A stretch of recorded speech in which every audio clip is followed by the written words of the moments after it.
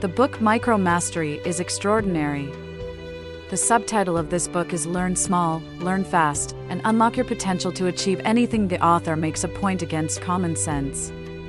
Even if you have a 3-minute passion, that is enough to learn a new skill. That's different from what we've heard in the past. We used to think that to learn a skill, you had to be very passionate about it first, and then you must practice hard and spend time on it. Since we were kids, we've been taught that being self-disciplined, working hard, persistent, persevering, 10,000-hour rule to become expertise. However, the author believes we have a wrong perception of learning. Learning something new must be simplified. The author of this book, Robert Twiggle, is a graduate of the University of Oxford's Department of Politics and Philosophy. He's a writer and an adventure traveler. There are so many things he's interested in, like how to be a street photographer, how to make bread, how to make a 180-degree drift at highway speeds, how to do carpentry, how to learn Japanese, how to make your shirt, etc. And in the end, he learned all these things. So how did he do it? The author summarized a method called micromastery.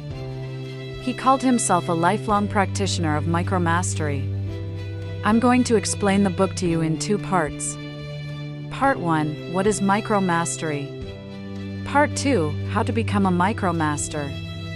Let us start with Part 1, how do you define micromastery? You see, it neither means that you do not know nor implies that you are proficient, and it is an intermediate state between the two. At the same time, it means something more than shallow or half knowledgeable. Let's give you an example. Like writing a novel, you only know how to write sentences. In archery, you only know how to draw a bow. You've only mastered a specific part of the process. For example, you may need to learn to write certain kinds of novels. You may have little mastery at writing, but you can write your own story and show it to others. You don't want to be a bestseller or even published. You are satisfied with it even if there are only a few readers. That's what a novel needs to minimize the closed hole loop. Like you were learning archery, it doesn't matter whether you can shoot well. You must at least finish pulling the bow and aiming at the target. That is the whole process of the micromastery we are talking about.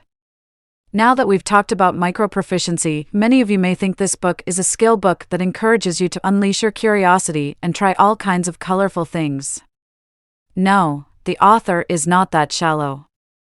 Our fathers often knew a little of everything, while later in the generation, as we mastered one skill in our daily life, we knew fewer and fewer other skills. This is not because our generation is lazy, it's because the division of society is becoming more and more refined by the specific small things. For example, there are special organizers, a toy repairman, a dog walker, a jogger, and even a professional bargain hunter. This social phenomenon of increasingly sophisticated work sends out 2 signals. On the one hand, it means the world is improving and our lives are becoming more convenient. On the other hand, there is a byproduct we may not even realize. Our minds and hearts are walled off from the possibility of becoming proficient in a particular area. The voice walls off our desire to learn a specific skill. I'm a professional, and you don't have to worry about it. If we look at things like that in the long run, we become increasingly narrow-minded. It's called the hammer man, Charlie Munger mentioned in his book, which means that to someone who only has a hammer, all problems look like nails. The advantage of micromastery is that it allows you to learn more new things. Moreover, micromastery represents an optimism for self-improvement. It can help you eliminate some constraints of worldly concepts and make you look at the world with open eyes like a child. No more self-imposed limitations. No more thinking that your curiosity is childish and superficial. Micromaster is just a little extra skill. You can build a wall, fix a bike, do carpentry. It isn't a big deal. But if a person spends his whole life on these little extra skills, what would his life be like? Micromastery is building a lottery system for your life. Each little skill is like a lottery ticket. You may need to find out when you can cash out. Like Steve Jobs, the founder of Apple, in his Stanford graduation speech, what I did with my intuition and curiosity have since proved invaluable. When he dropped out of college, he took a calligraphy class. He learned all the different fonts, how to combine the different letters, how to change the spacing of words, and how to make the layout better looking. But at the time, Jobs didn't expect calligraphy to have any practical application. 10 years later, when Jobs entered the IT industry, he suddenly realized that he could use what he had learned in calligraphy class to design the font of the first Apple Mac computer. IT was the first computer on the market to have an artistic font, in contrast with other companies, which designed their products according to their customers' needs. Steve Jobs' Apple designed its products according to the standard of art, and that's why Apple's products have many loyal fans. Steve Jobs said that he realized everything was connected 10 years later. The author gives us another example: Nintendo's early founder, Junpei Yokoi. He graduated from the Department of Electrical Engineering at Doshisha University in Japan. At Nintendo, he was in charge of maintaining the poker line. By the 1950s and 1960s, people stopped playing Hanafuda. However, Nintendo was a company that sold Hanafuda cards. One day, Junpei Tutsui made a strange device. It's a mechanical spring-loaded arm that can be freely extended and retracted at the push of a button. Then, such wire devices became one of the most profitable products at Nintendo, which was called Super Monster. With his mastery of toys, Junpei Yokoi became the company's head of product development. He went on to invent the Super Baseball, Super Periscope, and other toys, helping Nintendo to grow in the electronic entertainment industry. There are many other examples. Carrel was the Nobel Prize winner in medicine in 1912. As a child, he helped his mother sew patterns to earn a living. He used the skill of sewing in surgery. Lewis is the 1968 Nobel Prize winner in physics.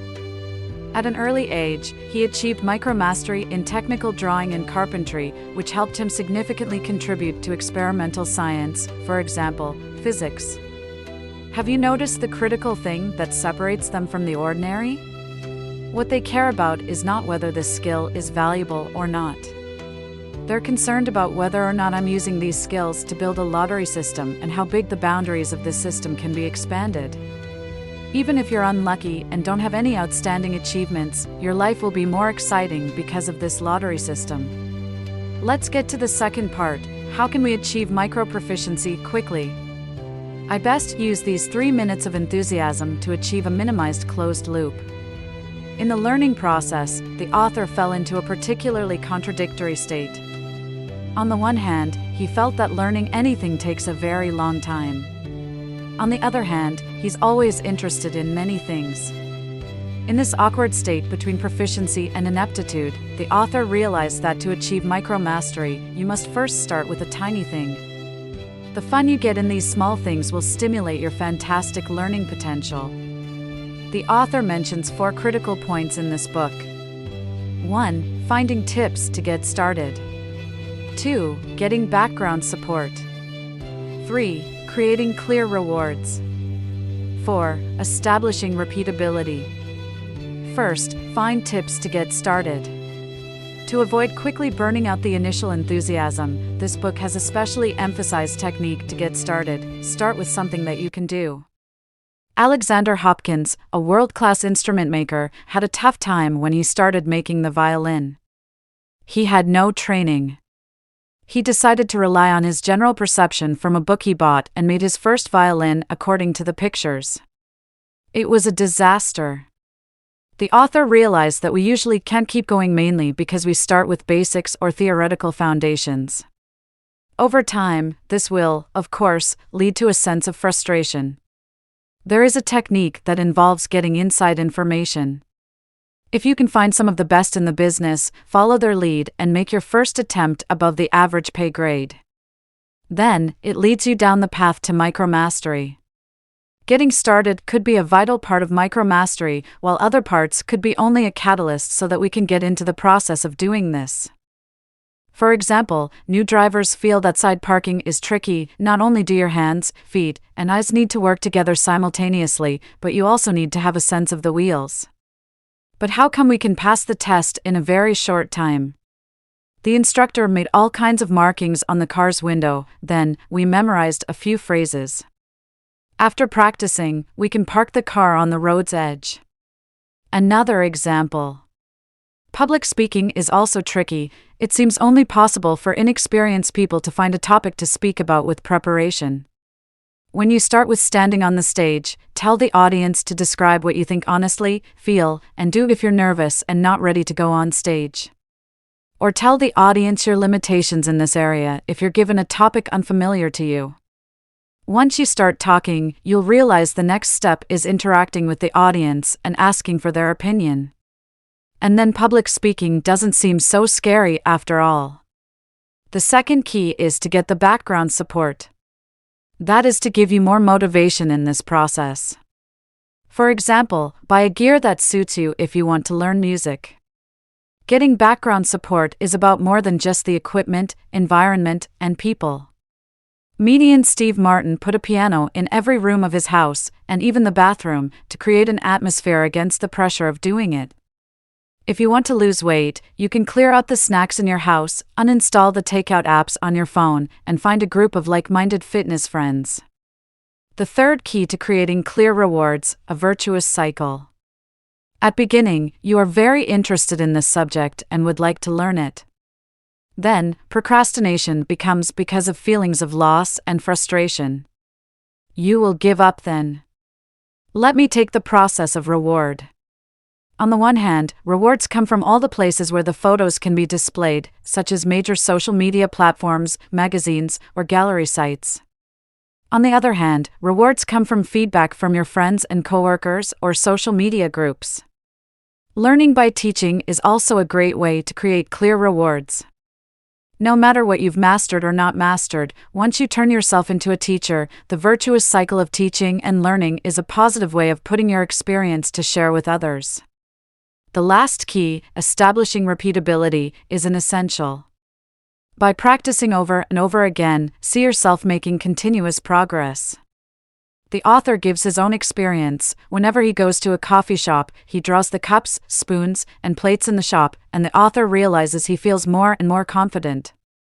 In many cases, we set specific times and repeatable patterns to chase away the self-doubt that comes with the fear of making a mistake.